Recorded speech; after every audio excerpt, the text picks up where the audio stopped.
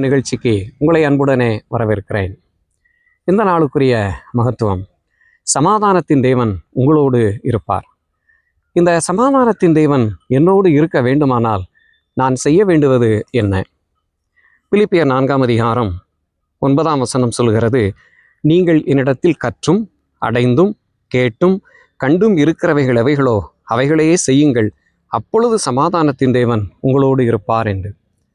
அவருடைய வார்த்தை சொல்லுகிறது, அவரிடத்திலே கற்றுக்கொள்ளுங்கள், அந்த கற்றுக்கொண்டதை அடைந்து கொள்ளுங்கள், கற்றுக்கொண்டதிலிருந்து கேட்டதையும் கண்டதையும் இருக்கிறவைகள் எவைகளோ அவைகளையே செய்யுங்கள் என்று ஆண்டவராகிய இயேசு கிறிஸ்து சொல்லுகிறார். அவைகளை கை கொண்டு செய்வோமானால் சமாதானத்தின் தேவன் நம்மோடு கூட இருப்பார். ஒரு கேள்வி கேட்கலாம், இவைகளை நான் எப்படி கை கொள்வது? இவைகளை எப்படி நான் சிந்தித்துக் கொள்வது? 8ஆம் வசனம் சொல்லுகிறது, கடைசியாக சகோதரரே, உண்மையுள்ளவைகள் எவைகளோ, ஒழுக்கமுள்ளவைகள் எவைகளோ, நீதியுள்ளவைகள் எவைகளோ, கற்புள்ளவைகள் எவைகளோ, அன்புள்ளவைகள் எவைகளோ, நற்கீர்த்தி உள்ளவைகள் எவைகளோ, புண்ணியம் எதுவோ புகழ் எதுவோ அவைகளையே சிந்தித்து கொண்டிருங்கள். சிந்தித்து கொண்டிருங்கள், சமாதானத்தின் தேவன் உங்களோடு இருப்பார். சிந்தித்து பாருங்கள், சமாதானத்தின் தேவன் உங்களோடு இருக்கிறாரா? மீண்டும் சந்திப்போம்.